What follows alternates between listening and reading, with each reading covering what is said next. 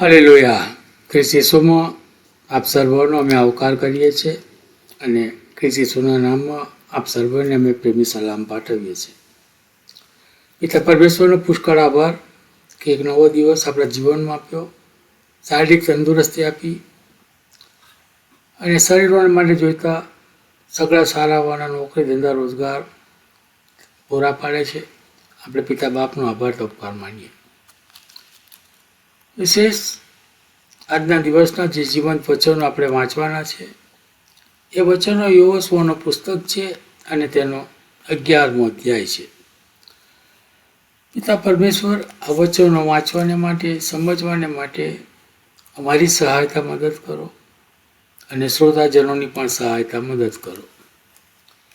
વિશેષ વિનંતી, અમારી ચેનલને લાઈક કરો, સબસ્ક્રાઈબ કરો, પોતાના ગ્રુપ કે મિત્ર વર્તુળમાં શેર પણ જરૂરથી કરો. તમારી કોઈ પ્રાર્થનાની વિનંતી હોય તો તમે અમને મોકલી શકો છો. અમે અમારી અંગત પ્રાર્થનાઓમાં એ વિનંતીઓને ધરી રાખીશું. તમારા સાક્ષી બાબતનો કોઈ વિડીયો તમે પ્રસારિત કરવા માગતા હો તો તે પણ તમે અમને મોકલી શકો છો. અમે તે પણ અમારી ચેનલ પર પ્રસારિત કરીશું. તો ચાલો આપણે પિતા પરમેશ્વરના પવિત્ર વચનો એનું વાંચન કરીશું. બાઇબલ વાંચીશું. પવિત્ર પુસ્તકમાંથી યહોશુઆનું પુસ્તક અને તેનો 11મો અધ્યાય. અને હાસોરના રાજા યાબીને એ વિશે સાંભળ્યું ત્યારે એમ થયું કે તેણે માદોનના રાજા યોઆબને તથા સિમ્રોનના રાજાને તથા આક્ષાફના રાજાને અને ઉત્તરે પહાડી મુલકમાં તથા કિન્નેરોથની દક્ષિણે અરાબામાં તથા નીચાણના પ્રદેશમાં અને પશ્ચિમે દોરના પર્વતોમાં જે રાજા હતા તેઓને અને પૂર્વ તથા પશ્ચિમના કનાન્યોને તથા અમોરીઓને તથા હિત્તીઓને તથા પરિજીઓને તથા પહાડી મુલકમાંના યબુસીઓને તથા મિસ્પાના પ્રાંતમાં હેમ્રોની તળેટીના હિવીઓને કહેણ મોકલ્યું. અને તેઓ તથા તેઓના સર્વ સૈન્ય એટલે સમુદ્રના કાંઠા પરની રેતીની માફક અસંખ્ય લોક બહુ ઘોડાને રથો સહિત નીકળી આવ્યા. અને એ સર્વ રાજાઓ એકઠા થયા અને તેઓએ આવીને ઇઝરાયેલની સાથે લડવાની મેરમ સરોવર પાસે એકત્ર છાવણી કરી. અને યહોવાએ યહોશુઆને કહ્યું, તેઓથી બીસમાં, કેમ કે કાલે આ વખતે હું ઇઝરાયેલને તેઓ સર્વને મોહેલા સોંપી. ત્યારે તેઓના ઘોડાઓની જાંઘની નસો કાપી નાખી ને તેઓના રથોને અગ્નિમાં બાળી નાખવા. તેથી યહોશુઆ અને તેની સાથે સર્વ લડવૈયા મેરોમ સરોવર પાસે તેઓ પર અચિંત આવીને તૂટી પડ્યા. અને યહોવાએ તેઓને ઇસ્રાયેલના હાથમાં સોંપ્યા ને તેઓએ તેઓને માર્યા ને મોટા સિદોન સુધી ને મિસ્ત્રેફોત માઈમ સુધી ને પૂર્વગામ મિસ્પેની ખીણ સુધી તેઓને નસાડ્યા. અને તેઓએ તેઓને એટલે સુધી માર્યા કે તેઓમાંના એકેને તેઓએ જીવતા રહેવા દીધો નહીં. અને યહોવાએ યહોશુઆને કહ્યું હતું તેમ તેણે તેઓને કર્યું. તેણે તેઓના ઘોડાઓની જાંઘની નસો કાપી નાખી ને તેઓના રથોને અગ્નિમાં બાળી નાખ્યા. અને તે વેળાએ યહોશુઆએ પાછા વળીને હાસોરને કબજે કર્યું ને તેને રાજાને તરવારથી માર્યો, કેમ કે અગાઉ હાસોર તે સર્વ રાજ્યોમાં મુખ્ય હતું અને તેઓએ તેમાંના સર્વ પ્રાણીઓને તરવારથી માર્યા ને તેઓનો સંપૂર્ણ નાશ કર્યો. શ્વાસોશ્વાસ લેનારા કોઈ પણ જીવતું રહેવા પામ્યું નહીં. અને તેણે હાસોરને અગ્નિમાં બાળી નાખ્યું. અને યહોશુઆએ તે રાજાઓના સર્વ નગરો તથા તેઓના સર્વ રાજાઓને કબજે કર્યા. ને જેમ યહોવાના સેવક મૂસાએ આજ્ઞા આપી હતી તેમ તેણે તેઓને તરવારથી મારીને તેઓનો વિનાશ કર્યો. પણ જે નગરો તેઓની ટેકરી ઉપર હતા તેઓમાંથી હાસોર સિવાય એકેને ઇસ્રાયેલને બાળ્યું નહીં, પણ હાસોરને યહોશુઆએ બાળી નાખ્યું.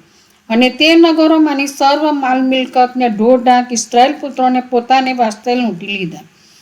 પણ તેઓએ સર્વ માણસોનો નાશ થતા સુધી તેઓને તરવારથી માર્યા અને તેઓએ કોઈ શ્વાસોશ્વાસ લેનારને જીવતું રહેવા દીધું નહીં. જેમ યહોવાએ પોતાના સેવક મૂસાને આજ્ઞા આપી હતી તેમ મૂસાએ યહોશુઆને આજ્ઞા આપી અને તે પ્રમાણે યહોશુઆએ કર્યું. યહોવાએ મૂસાને જે આજ્ઞાઓ આપી હતી તેમાંની એક પણ તેણે અમલમાં લાવ્યા વગર રહેવા દીધી નહીં. એ પ્રમાણે યહોશુઆએ તે આખો દેશ કબજે કર્યો, એટલે પહાડી મુલક ને આખો નેગેબ ને આખો ગોસેન દેશ ને નીચાણનો પ્રદેશ ને અરાબા ને ઇસ્રાયેલનો પહાડી મુલક ને તેના જ નાબાનો નીચાણનો પ્રદેશ એટલે શેર પાસેના હલકા પર્વતથી તે હેર્મોન પર્વતની તળેટીમાંના લબાનોનની ખીણમાં આવેલા બઆલ-ગાદ સુધીનો દેશ કબજે કર્યો અને તેઓના સર્વ રાજાઓને પકડીને તેઓએ મારી નાખ્યા. તે સર્વ રાજાઓ સાથે યહોશુઆએ ઘણા વખત સુધી લડાઈ કરી. ગિબિયોનમાં રહેનારા હિવીઓ સિવાય જેણે ઇસ્રાયેલ પુત્રોની સાથે સલાહ કરીને ન હોય તેવું એક પણ નગર ન હતું. બીજા બધા તેઓએ લડાઈ કરીને કબજે કર્યા, કેમ કે યહોવાએ તેઓના મન જોડ કર્યા હતા. એ સારું કે તેઓ ઇસ્રાયેલની સાથે લડવા આવે, કે તે તેઓનો પૂરો નાશ કરાવે ને તેઓને કંઈ કૃપા ન પામે. પણ યહોવાએ જેમ મૂસાને આજ્ઞા આપી હતી તેમ તે તેઓનો વિનાશ કરે. અને તે વડાએ યહોશુઆએ જઈને પહાડી મુલકમાંના, હેબ્રોનમાંના, દબીરમાંના, અનાબમાંના ને યહૂદાના આખા પહાડી મુલકમાંના ને ઇસ્રાયેલના આખા પહાડી મુલકમાંના અનાકીઓનો સંહાર કર્યો. યહોશુઆએ તેઓનો તથા તેઓના નગરોનો પૂરો નાશ કર્યો. ઇસ્રાયેલ પુત્રોના દેશમાં એકે અનાકીને તેઓએ રહેવા દીધો નહીં. માત્ર ગાઝામાં, ગાથમાં ને આસ્દોદમાં કેટલાક રહ્યા. એમ યહોવાએ મૂસાને જે કંઈ કહ્યું હતું તે પ્રમાણે યહોશુઆએ આખો દેશ કબજે કર્યો. અને યહોશુઆએ તે દેશ ઇસ્રાયેલને તેઓના કુળો પ્રમાણે હિસ્સા પાડીને વતન તરીકે વહેંચી આપ્યો અને દેશ યુદ્ધથી પરવાર્યો. પ્રભુ તેના વચનને પુષ્કળ આશીષ અને કૃપા આપે. પ્રાર્થના કરીએ. પવિત્ર પવિત્ર પવિત્ર સૈન્યના દેવ યહોવા બાપ, આકાશ જેનું રાજ્યાસન અને પૃથ્વી જેનું પાયાસન છે એવા અમારા પિતા, અમે તમારો આભાર તો ઉપકાર માનીએ છીએ કે અમારા જીવનોની અંદર એક નવો દિવસ તમે પૂરો પાડ્યો અને અમારા જીવનોને માટે જોઈતા સગળા સારાવાના પણ પ્રભુ પિતા તમે પૂરા પાડો છો. અમારી શારીરિક તંદુરસ્તી બક્ષો છો. આ સગળી બાબતોને માટે પણ અમે તમારો પુષ્કળ આભાર તો ઉપકાર માનીએ છીએ. પ્રભુ પિતા, આજના દિવસે અમે જે વચનો વાંચ્યા તે વચનો અમે વાંચીને ફક્ત ભૂલી ન જઈએ, પણ એ વચનો અમે યાદ રાખીએ, અમારા જીવનમાં ઉતારીએ અને એ પ્રમાણે જીવન જીવવાને માટે સદા તત્પર રહી કૃપા અમે તમારી પાસે માગી રહી છે. બાપ પ્રભુ પિતા, તમારો આવવો ખૂબ જ નજીક છે. તમે ક્યારે આવશો તે અમે જાણતા નથી, પણ તમે જ્યારે પણ આવો ત્યારે તમને મળવાને અમે પહેલી હરોળમાં ઊભા હોઈએ એવી કૃપા તમે થવા દેજો બાપ. તેને માટે તમે અમોને તૈયાર કરો બાપ. એના માટે તમે અમારા રસ્તા પાતળા કરો બાપ. પ્રભુ પિતા, ઇઝરાયલની અંદર ભયંકર લડાઈ ચાલી રહી છે. એ લડાઈને તમે શાંત પાડો બાપ. કેમ કે ઇઝરાયલ તમારી ભૂમિ છે અને ઇઝરાયેલી પ્રજા એ તમારી પસંદ કરેલી પ્રજા છે. ત્યારે પ્રભુ પિતા, તમે તેઓનું રક્ષણ કરો, તેઓની સહાયતા મદદ કરો, તેઓની સાથે પાસે રહો બાપ. યુક્રેનની અંદર પણ એવી જ લડાઈ ચાલી રહી, ત્યારે પ્રભુ પિતા ત્યાં પણ તમારી શાંતિ પ્રસરે એવી કૃપા તમે થવા દો. અમારા દેશને આશીર્વાદિત કરો, અમારા દેશના રાજનેતાઓને આશીર્વાદિત કરો બાપ. તેઓને બુદ્ધિ જ્ઞાન ડાપણથી ભરપૂર કરો બાપ, અને તેઓ આ દેશને તમારા કયા પ્રમાણેના રસ્તાઓ પર ચલાવી કૃપા તમે થવા દો બાપ.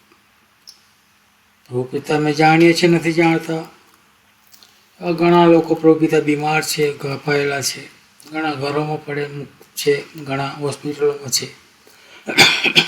એ સગડાઓને પ્રભુ પિતા અમે તમારી સમક્ષ લાવીએ છીએ કે પ્રભુ પિતા તમારા ઘાયલ તંદુરસ્ત હાથના સ્પર્શ પડે તેઓને સજા પણ આપો. હોસ્પિટલોમાં તો જે ડૉક્ટરો ટ્રીટમેન્ટ કરી રહ્યા છે એ ડૉક્ટરોના હાથ તમે બનો, અને ઘવાયેલોની જે સારવાર એ લોકો કરી રહ્યા છે એ સારવાર પ્રભુ પિતા તમારા હાથો દ્વારા થાય અને તેઓ સંપૂર્ણ સાજા પણ પામે અને પોતાના કુટુંબની અંદર, પોતાના ઘરની અંદર જાય એવી કૃપા અમે તમારી પાસે માંગી લઈએ છીએ. ગરીબ અનાથ વિધવાઓની સહાયતા મદદ કરો બાપ. જે કુટુંબમાં મરણે પ્રવેશ કર્યો છે એવા કુટુંબોને અમે તમારી સમક્ષ લાવીએ છીએ પિતા. એવા કુટુંબને તમારા આત્મિક દિલાસાથી તમે ભરપૂર કરો. અમારો દિલાસો તો ક્ષણિક દિલાસો છે પ્રભુ પિતા. પ્રભુ પિતા, સ્વજનના જવાથી જે કુટુંબો ખોટ પડી છે એ ખોટ સહન કરવાને માટે તમે તેઓને સહન શક્તિનો આત્મા આપો. એ કુટુંબની સાથે પાસે રહો અને તેઓની સહાયતા મદદ કરો બાપ. અત્યારે બી ખૂટા પડીએ ત્યારે પ્રભુ પિતા અને ફરી મળીએ ત્યાં સુધી પિતા તમે આમ સગણાઓને સાચવો, સંભાળો, તમારામાં દોરો ચલાવીને વાપરો બાપ. અમારી આ સગડી આરોજો કરો છો વિનંતીઓ તમારા પુત્ર અમારા મધ્યસ્થી સુખ્રીસ જે કાળવાના પહાડ પર વિંધાયા, કૃષિ જડાયા, ડટાયા અને ત્રીજે દિવસે પુનરુત્થાન પામ્યા, તેમના મીઠા અને પ્યારા નામમાં તમારી સમક્ષ લાવીએ છીએ. સાંભળો અને તેનો સ્વીકાર કરો પિતા. આમેન. આમીન આમીન.